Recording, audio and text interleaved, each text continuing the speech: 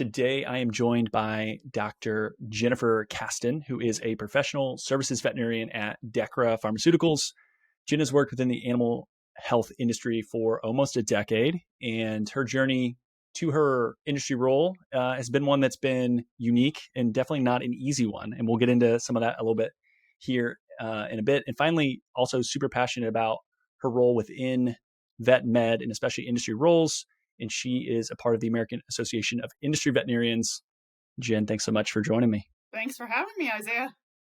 So I think the natural place to start is for those that don't know you, kind of let's lay the foundation of why veterinary medicine, and then kind of from that origin through now with what you're doing and how you ended up here. And you can take that as detailed as you want, and I can like parse things out, but take it away. Well, great. Well, unlike a lot of veterinarians, I think I'm one of the few that didn't know I wanted to be a veterinarian from birth. I actually was working for some lawyers in Washington, D.C. after my undergraduate work in history of all things when I decided to make the move to veterinary medicine. I'd always grown up around horses, was very competitive in the equestrian space, and kind of as I learned about referral practice medicine, became quite interested in that and saw veterinary medicine as a path. I come from a family of physicians, so that whole concept of medicine was not foreign. I tried to be the first not to, and found my way just to a different slice of medicine. So ended up doing some bonus undergrad before completing my DVM at Ohio State. But with that interest always in referral practice medicine, I sort of started with a focus on emergency critical care, initially with horses, but then that kind of migrated into dogs and cats. That then got me to an IVEX conference during my second year of vet school. And that's when I stumbled across the anesthesia programming.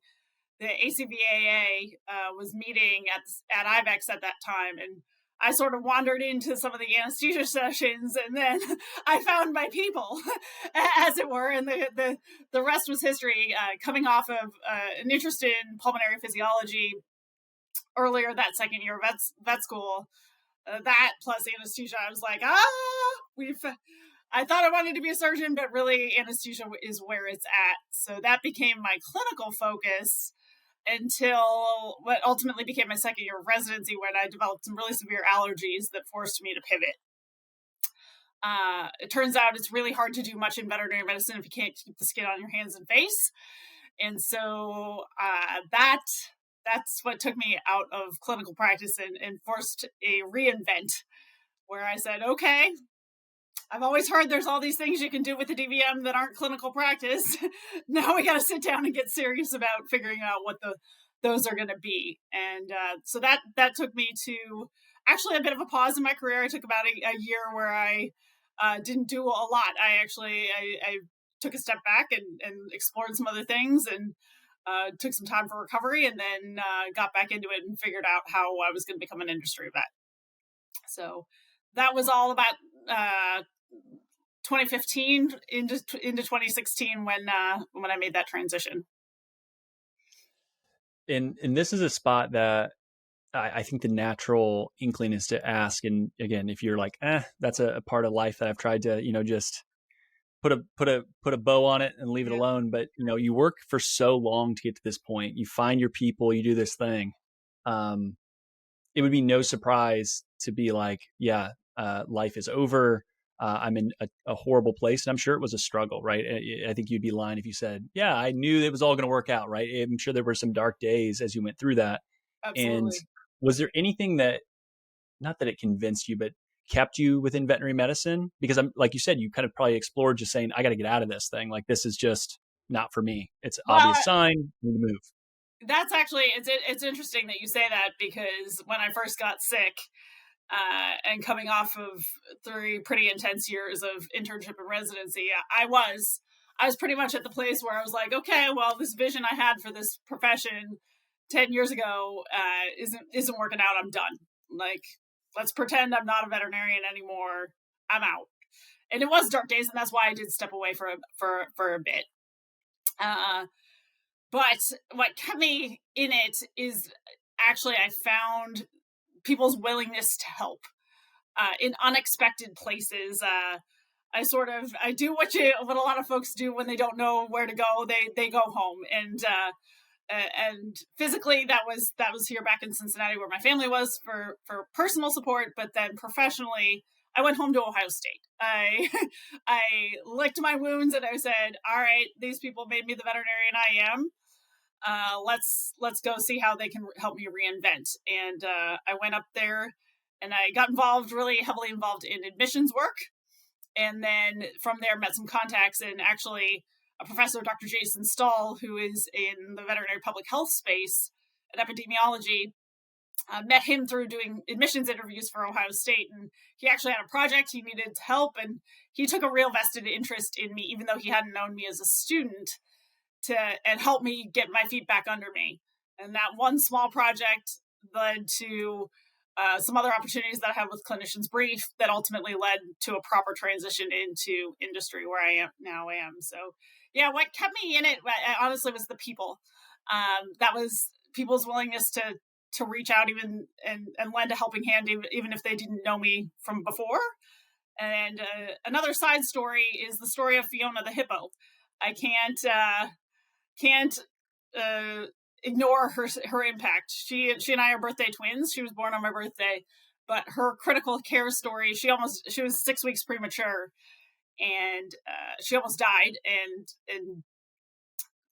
fortunately, some nurses from Cincinnati Children's were able to go work with the veterinarians at the Cincinnati Zoo to get venous access for her. They had to do some advanced imaging to get that venous access that ultimately saved her life.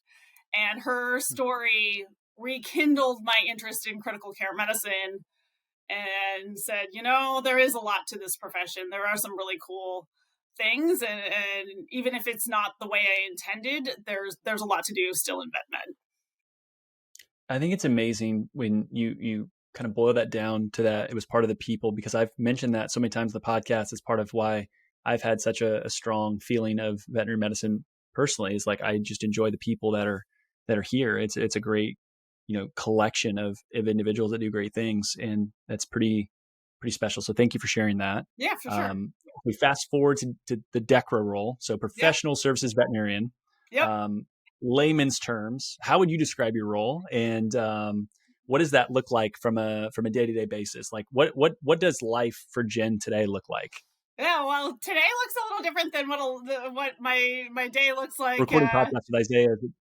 After Labor Day and maybe after the holidays come, and that's I think what's interesting. So a few months ago, there was a meme that floated around social media that said, "Poorly describe what you do for a living."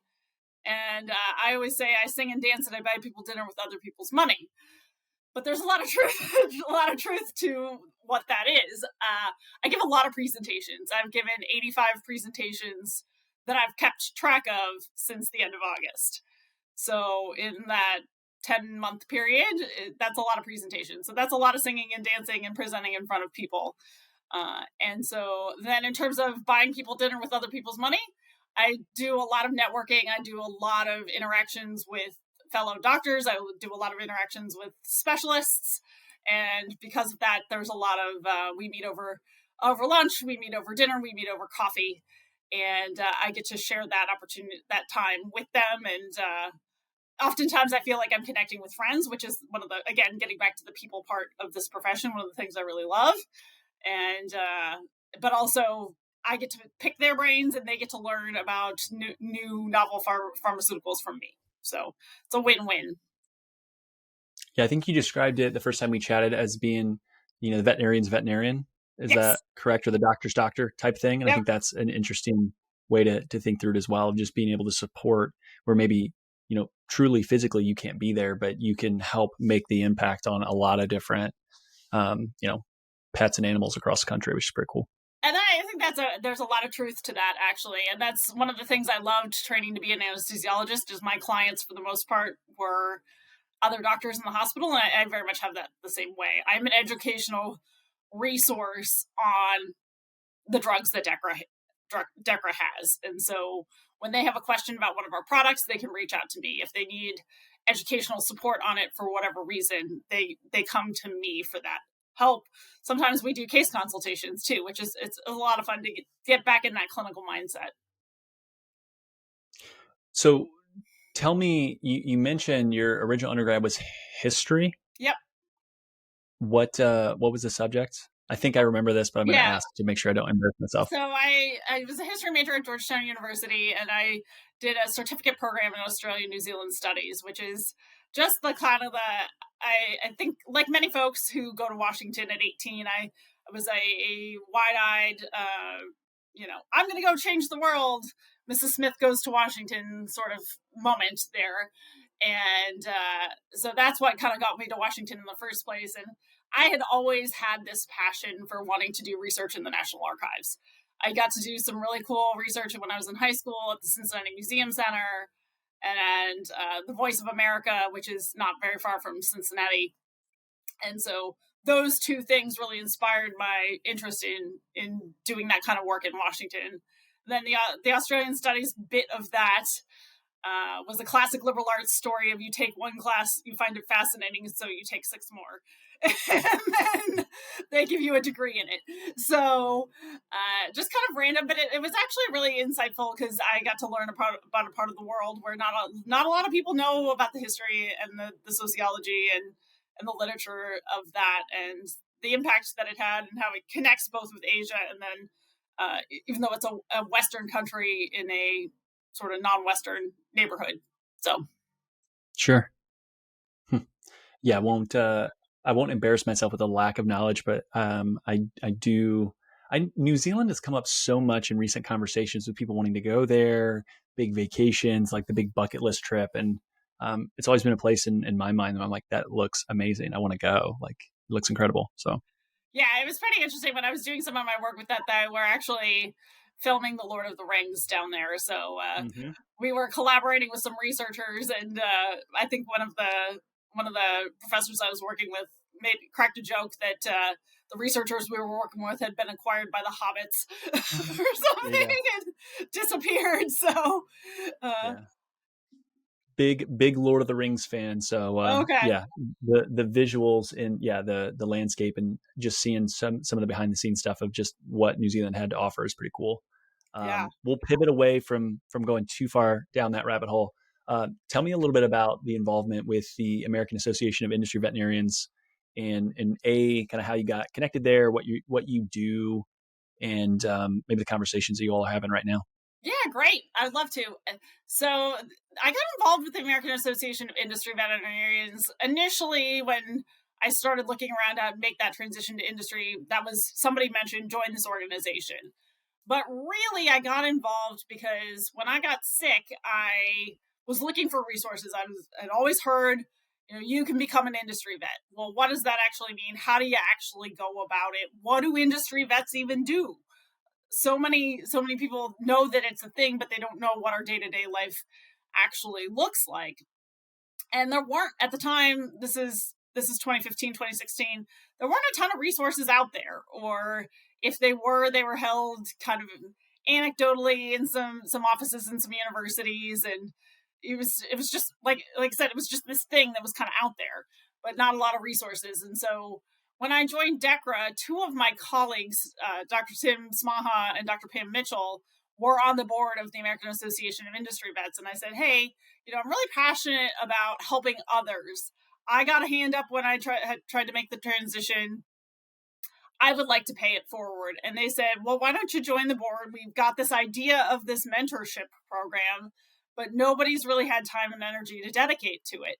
And this is also the spring of 2020.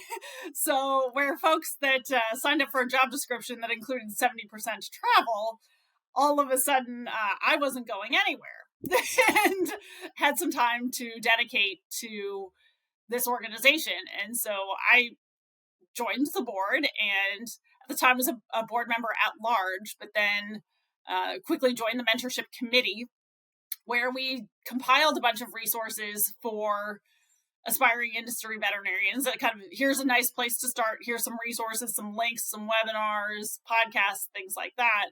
But also, let's develop this mentorship program where we connect aspiring industry veterinarians with another experienced industry vet. and let them help kind of guide their path forward into industry. And so that's what we've done. I took over the program as the leader of that program back in 2022. So a little bit more than a year now, I've been heading that program up. And we really do. We'll have folks reach out to us, and then they can email me, and they can get connected with another mentor. And sometimes these are one or two conversation situations. Other times they're relationships that last many months. I'm quite proud. I've helped at least 3 veterinarians land roles in industry. So that's been pretty exciting. Most of the time, that's going to be a professional services role that's most people's first step, but not always. Some folks, we've got folks interested in research and development. We've got folks in regulatory affairs. We've got folks that are in pharmacovigilance. Lots of different slices to it, but that's kind of how that program works. This year, I'm currently, in addition to managing the mentorship program, I'm actually secretary of the organization as well. So, chief note taker and cat herder, I would say. If you can improve the health of an animal, you do it, right? Of course. That's what makes veterinarians special. You're mission driven. My friends at LifeLearn are the exact same way. For over 25 years, they've been partnering with you and your peers, providing affordable, customizable, online software solutions. These solutions save time, increase efficiency, and assist in managing all aspects of operations. Why? They want to help you improve your partnership with pet owners to improve pet health. LifeLearn has award-winning digital media solutions and are leading the pack as they've prioritized having extensive veterinary knowledge throughout their teams. That difference is seen, it's heard, and it's read by thousands of people across the country. Relax, grow, and thrive with LifeLearn. Click the link in the show notes for an exclusive offer to see how LifeLearn can allow you to get back to what you do best. So if you had to think of like big, kind of broad suggestions, recommendations, as you've had these various different conversations, for someone that is maybe thinking about that, like, shoot, how do I make that transition, or how do I start to think about moving to an industry role? And again, unlike kind of where you had to make that shift because of, some things outside of your control, for others, it might just be, this is the right time, or from, a family dynamic, or there's just all kinds of different reasons and rationale why people make that change. But what encouragement, advice, and guidance would you give them to kind of think about? Yeah, I think that's a great question, and one we get all the time. And I think people come to us for all those reasons you suggest. I'm ready for a change. I've done clinical practice for as long as I wish to, looking for what's next. I definitely encourage them to think about their why and really be honest about their why they're wanting to make that move, because it's going to come up in interview conversations. And it's making sure that this is going to be a better fit for you. Then in terms of other things I encourage them to think about what they want to do in industry. There are different slices. Professional services is the most common place to start. That's not the only role that's possible. And there are certainly some challenges that can come with professional services veterinarians. While I am home for a couple of months right now, come the fall, the 70% travel is no joke. That is a chunk of a lot of weeks for 10, 15 weeks in a row. I will be traveling. I won't be gone every day, but I will be gone, Tuesday to Thursday, Monday to Thursday of those weeks. So it certainly can be a lot of travel. And so that's always something I encourage folks to think about early in the process. Is that something that's going to work for their family? Is that going to actually be better for them? Do they like public speaking? If you don't like public speaking, this is probably not a great job for you, because that's what I do the most. And so certainly that's a big part of it, and kind of getting them to really think critically about whether that's something that they would enjoy. And then, just some of the logistics of being really an educational expert on the drugs themselves and not having that patient interaction, switching your clientele from whether working with pet owners as your clients and making that shift more to doctors being their clients. So those are some of the things I get them to think about. Further down the list, I would say relocation. That's because the pandemic, I think, did a really wonderful thing and made us realize how much more we can do remotely and how much geography maybe doesn't matter as much as it did 5 or 10 years ago. But in order to open up the expand your opportunities, that may be something that is considered. It certainly can help speed the process along if relocation can be a possibility. Yep. Yeah, and especially for one of the things he said is, the your end kind of client is now veterinarians, right? And so many people talk about, well, I didn't come here for the people, right? Right. And then if you go to an industry role, it's like the people are your peers that maybe you went, up through school with, or people around the same age. And so now if you're getting frustrated by them, it's like, these are you. This is who you were, right? A couple of years ago. These are your peers. And I'm sure that's a big shift, right? And it could be a really nice shift, but it could also be extremely challenging depending on kind of the role that you fall into. So it's interesting. Yeah, and I that's just it. It's, if you can't ignore that. If you're really ready for something not so people-y, maybe industry, at least in most conventional senses, may not be the slice for you. The other thing I think of is you don't want people that are trying to run from a problem versus addressing it. And it's like, you want to like this job, not just, I hate this other job, so I got to leave. And I think industry is a way to escape it. Do you see that a lot? I would imagine you do. And that's why I always, when I take on a new mentee or pair someone with someone, I always try and find a little bit of information about them so I can get them a good match. My first question back to them is, okay, you're looking to leave usually small animal general practice. What's your why? And not what you're going to say in a job interview, but what's your real why? Let's get to the bottom of this to make sure this is a move that actually makes sense. Because certainly it will come up in a job interview, but it also, I would never want someone to be equally unhappy in an industry role just because they're running, like you said, running from something instead of truly seeking out something. Well, and it makes you wonder, it makes you wonder a little bit around if you enjoy the work, but it's the place that's the problem. Maybe it's replacing that and you're still staying in a clinical role, and it's, hey, there's lots of other opportunities. Go look at that.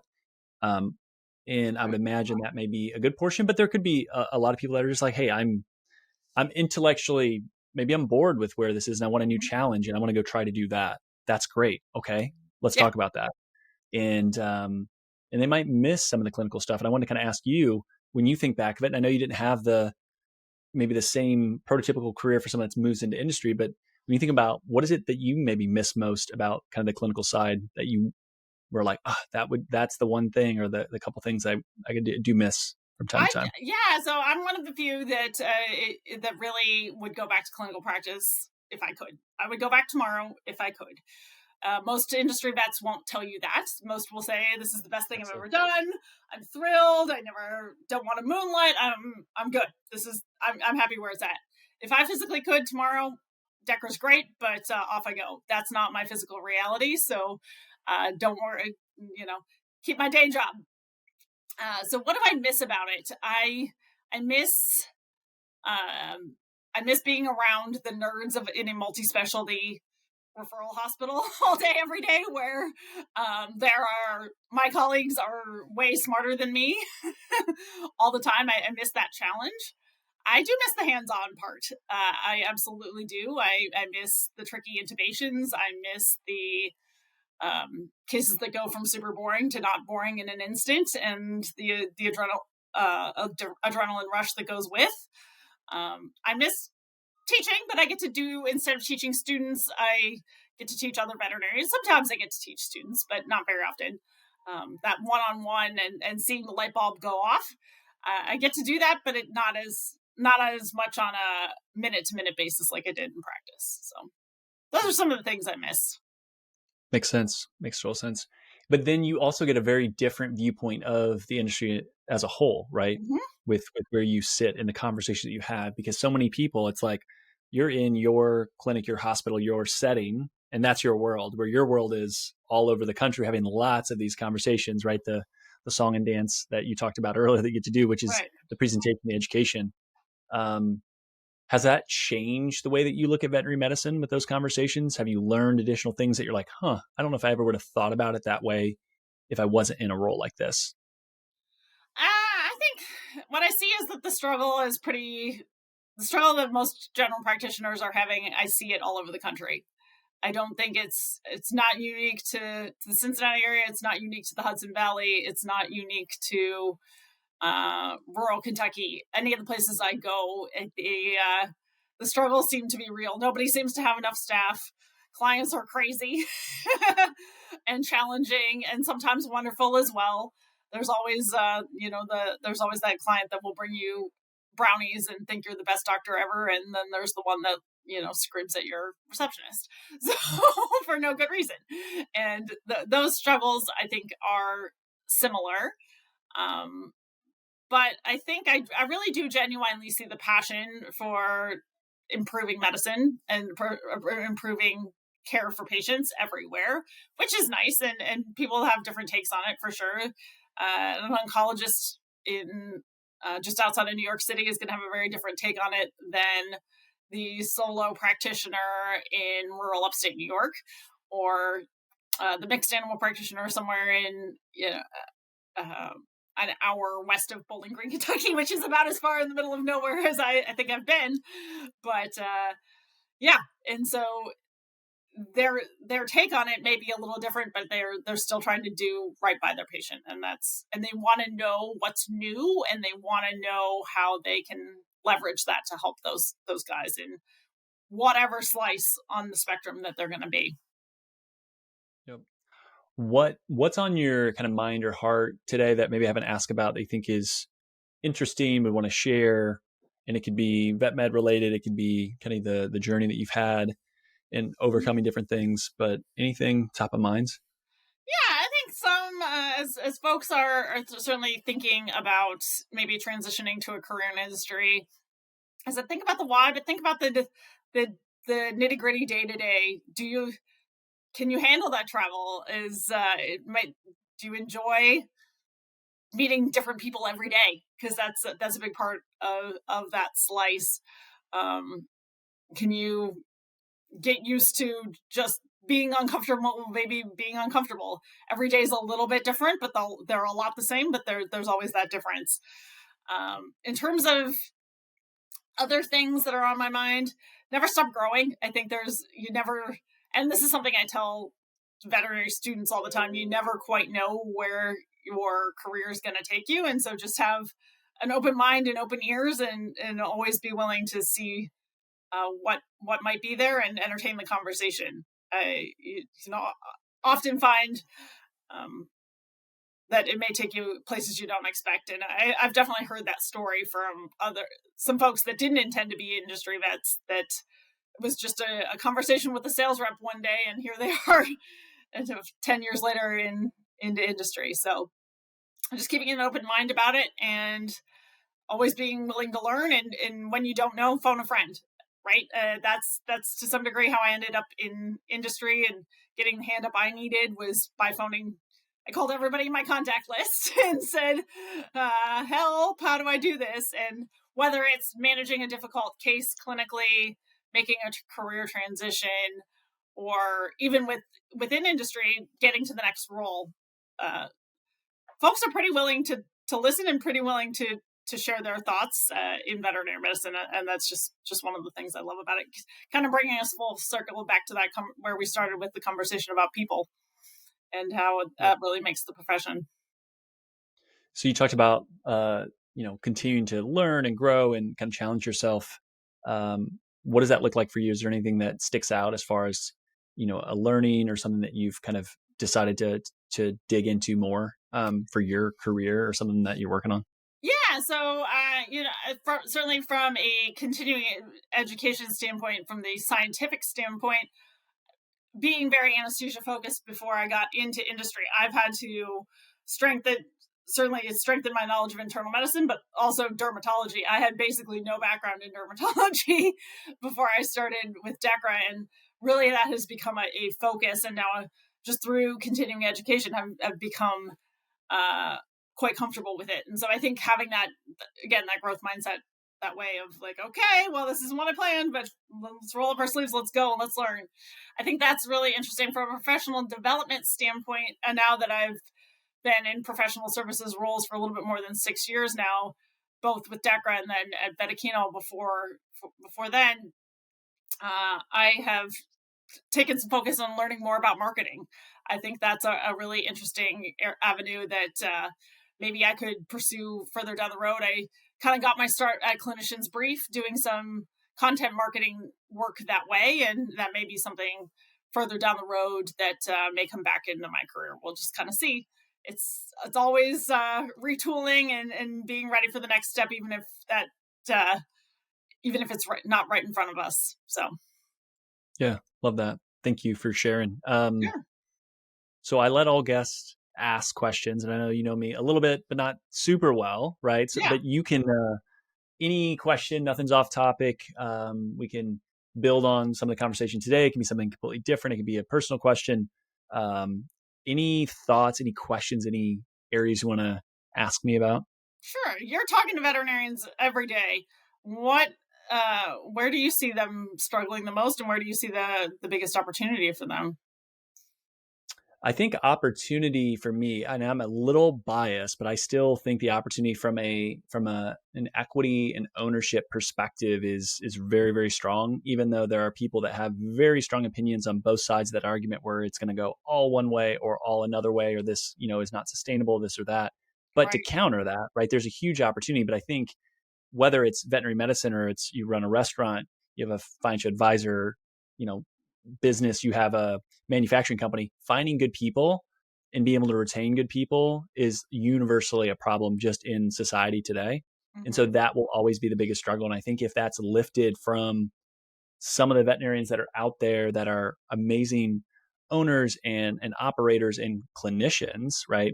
Mm-hmm. They would really, really probably want to do it longer and would Okay. love it more. But I think that burden of the HR and the people management internally with some things that are outside of their control, like you just can't control it.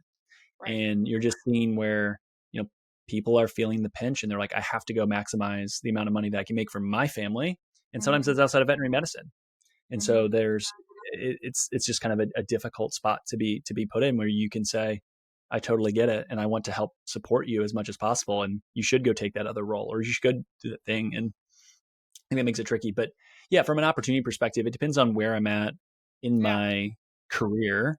But I think, if I've been a practice owner for quite a while, it's still a great time to look at opportunities to figure out how you transition that because it's Mm-hmm. your biggest asset. It's probably the Right. retirement thing that you're going to use. So you shouldn't feel demonized or bad if you do sell to a corporate offer, a corporate offer that's there. I don't think that that's necessarily a bad thing. If I'm a young veterinarian, a startup is probably super challenging, but you Mm-hmm. can have the ability to do some really cool things and do it differently and compete on a different level and still be wildly successful. And I've seen that. There's lots of really entrepreneurial veterinarians that are coming out. And then if I'm someone that's like, I don't really like any of those ideas, I think it's trying to find a company that will allow you to maybe have the ownership that gives you the financial gain, not maybe the entrepreneurship owner model, right? But you can have some shares if you stay there over time in this larger organization. I think that's really interesting because you've seen that model work really well for those that have worked in tech for a long time, Mm-hmm. right? You're an employee, Right. you're employee number whatever at these big tech companies, and it's helped them build wealth. And I think within veterinary medicine, there's a lot of really cool things happening, and you can go find a really good, solid corporate offer and be a great doctor and, say, I'm going to work here for the next X amount of years, invest in equity of all your peers in that organization and really do well for yourself. So I think there's more options and avenues for veterinarians than what they know. And I think this conversation is another one, right? Like industry.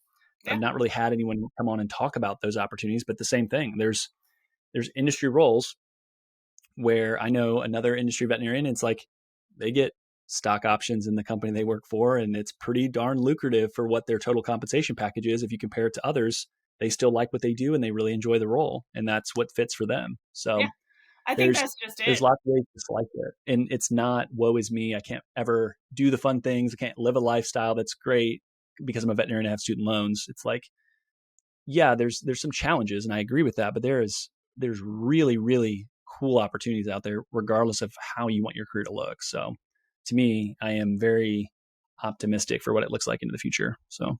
No, that's cool. Then I think I share that optimism too. Is that we may not always know what Plan A is going to be, or plan. I think I'm on Plan C or D in my life, Yeah. and I'm looking forward to ENF. I think they could be even more fun than the things I've done, and that it's as long as we're open to maybe not always the conventional path or the one that's right in front of us, and just kind of pushing to see what else is out there, it may come up with really cool things.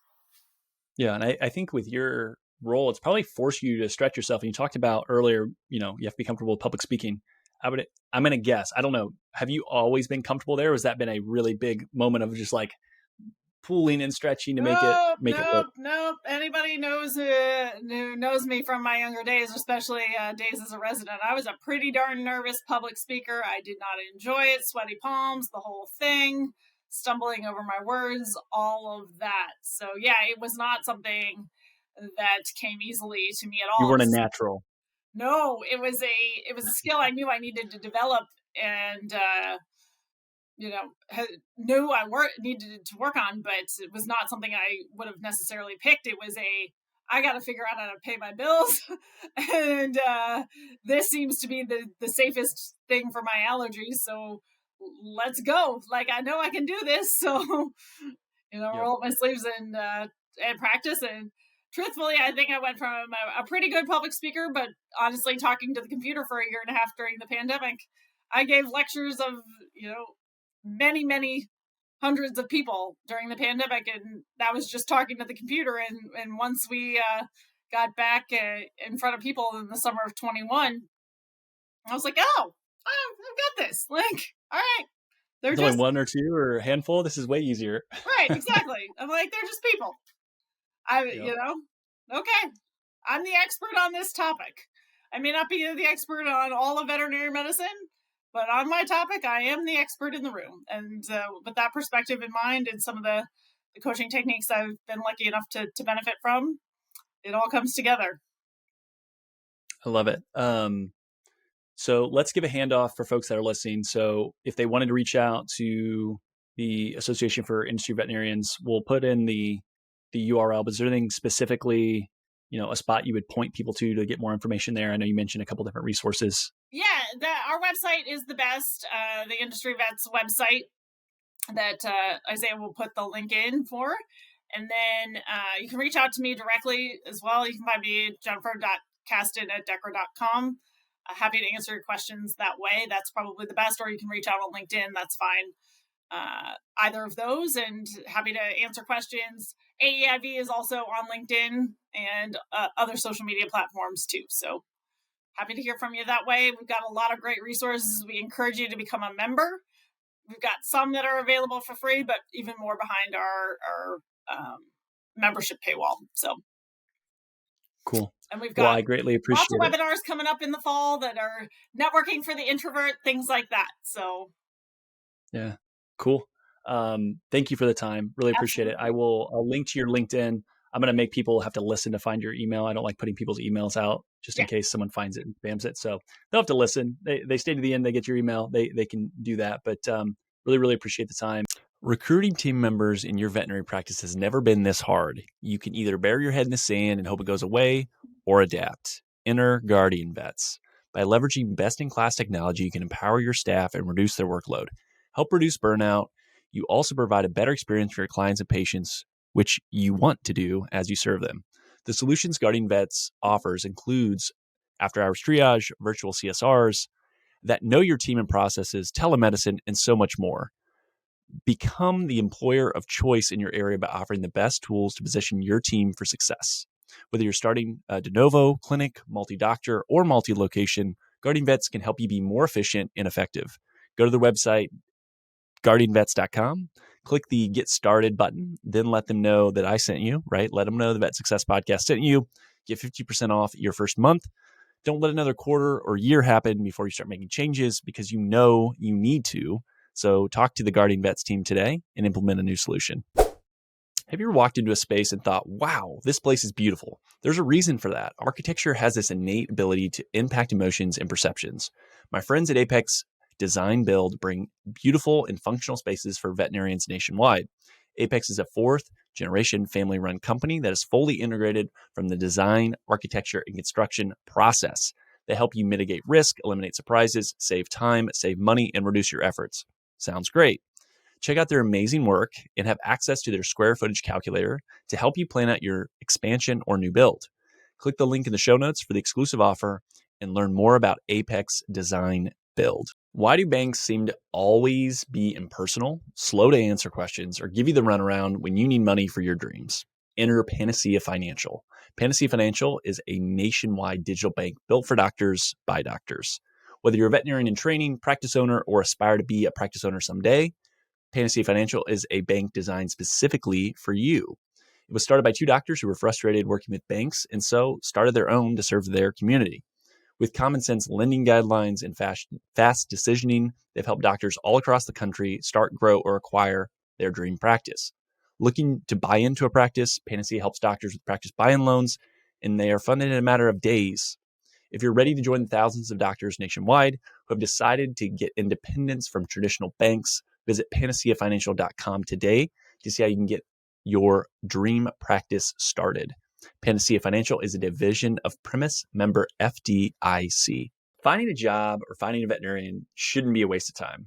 Enter an Offer First. Paul Diaz and team have created something really special with Offer First. Some of my favorite reasons are as follows. Candidates and employers will both have values aligned on the first step, not the last. The sign-up process, quick and simple, no resume required. So if you're looking for a job but you aren't really sure, it's as easy as scrolling on Zillow for a home. And finally, if you have a great match, it's based on your each unique requirements, not random keywords. If you want to learn more, listen to episode 179 with Paul Diaz. We cover all of that. The other exclusive great thing that you're going to get from this ad read and from Paul is I convinced him to give an exclusive discount to listeners of this podcast. So for owners, you're getting a 20% discount on both the placement of any candidate, but also access to the platform. Use VSP if you go to Offer First, or the easiest way is a link in the show notes. So check it out. Associates, those looking for a job, same thing. Use the link in the show notes. Use VSP if you go directly to Offer First. But I will donate and Paul will donate to a veterinary nonprofit of your choosing. So each person that signs up gets a vote. Your votes actually count, which is incredible. And so I'll be reaching out. I will handle that. But there's going to be a donation made for any associate or any job seeker that adds on the platform. We want to make sure that not only does the platform help to make sure that you find a better fit, better culture, better role, but it's also doing good in veterinary medicine. Okay, so link in the show notes is going to take you to Offer First. It's going to automatically apply that, but also use code VSP if you go to Offer First directly. And Offer First is changing the game of veterinary recruiting. I want each and every one of you to benefit from it, so check them out today. All right, so there are a lot of great job postings that I want to get to. And so we're going to start off with Bayside Hospital for Animals. Great work-life balance in beautiful Fort Walton Beach, Florida. No weekends, Monday to Friday, 8 to 5, no on-call or emergencies. It's an appointment only here. Currently a 2.5 doctor practice, new owner in 2021, bringing some fresh life into the hospital. The new owner had been there for 6 years prior working, so definitely understands the team, the processes, and the community. Lots of investment in people and new equipment. ProSal is the pay structure. Far too many benefits for me to list. Email BaysideVet251 at Yahoo or call 850-864-1857. Join a thriving, growing small animal practice in Vermont on the Quebec border. Full-time ideal, part-time is considered. The idea is to start with yes with the team, patients and clients in outdoorsman or outdoor woman's paradise while being able to practice high-quality medicine. Compensation is write your own structure within production capabilities. Literally, it is the owner wants to find the right person and is happy to negotiate, chat through, and find the right fit. If you want autonomy and a boss that enjoys teaching, reach out to Newport Veterinary Hospital. You can email newportveterinaryhospital@gmail.com. North Central Indiana, looking for an oasis in the chaos. You know, who isn't, right? Come join the amazing team at Fulton County Veterinary Clinic. They strive to foster a fun, fast-paced work environment while providing quality patient care. They utilize the support staff efficiently so that the doctor is available to practice medicine and do what you're trained to do in less time and paperwork, which is great. Lots of investment in new equipment and technology to support you, full-time or part-time available. Small animal and exotics are both seen there, so no ER, no on-call, no weekends, competitive salary with sign-on bonus offered, and far too many benefits to list. Go to Fulton County Veterinary Clinic. So type that in and you'll find the job posting there.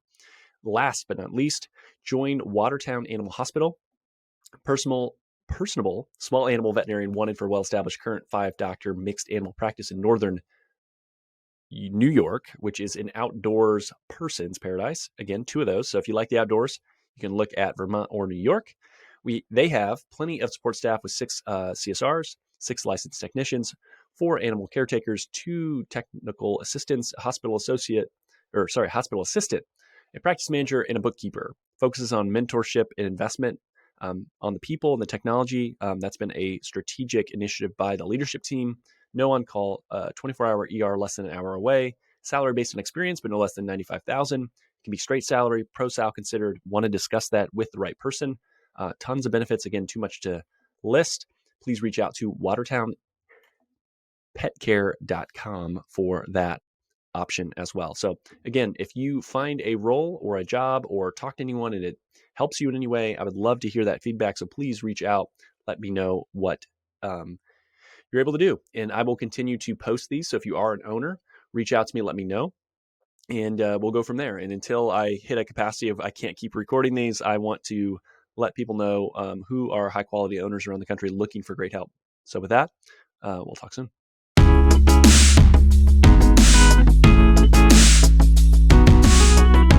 Thanks for listening to today's show. The comments made on today's show should not be taken as investment, tax, or legal advice. All comments are for educational purposes only. You should talk to your professional team before implementing anything. If you want or need financial advice, my day job when not podcasting is helping veterinarians grow their net worth. Our team is taking new clients and we are ready to talk to you at any stage of life. Come as you are. I always say bring the mess, right? Like if things are unorganized, that's okay. There's no prerequisites to become a client. Isaiah Douglas is a partner at Vincier Wealth Management. Isaiah is a registered investment advisor, registered with the SEC. The biggest compliment you can give me in the podcast is to share it with a friend. Reviews help the show get found, and Apple Podcast is the platform that is predominantly used for people listening to the show. If you have 3 minutes, love the show, head over to Apple Podcasts, give us an honest rating and review. It helps more people find the show. Also, the new YouTube channel is up, and I'd love to have you subscribe. Vainly, I want 100 subscribers at least. Lots more, obviously, right? But I get a vanity URL if we get to 100. That would be great. It makes it easier to find the YouTube channel as well. For all of today's links, information, head over to the veterinariansuccesspodcast.com. There you can subscribe to your favorite podcasting platform. It'll be a link to that YouTube channel I just talked about. You won't miss any other episodes, whether you list on Spotify, whether you have some other ancillary podcast platform. Please like, subscribe, all that stuff. It certainly does help. I appreciate it. Finally, if you want more information, insights, want your voice to be heard, want to share ideas for content, say, hey, Isaiah, I want you to have this guest. I want you to talk about this topic. Go over to the Facebook group. So you can search for the Veterinarian Success Podcast on Facebook or head over to veterinariansuccesspodcast.com, scroll to the bottom about your host, click on the Facebook icon, and that'll get you in the group. But thank you so much for listening. It means a lot to me to be able to see the podcast grow and continue to impact people. So with that, until next time, we'll chat soon.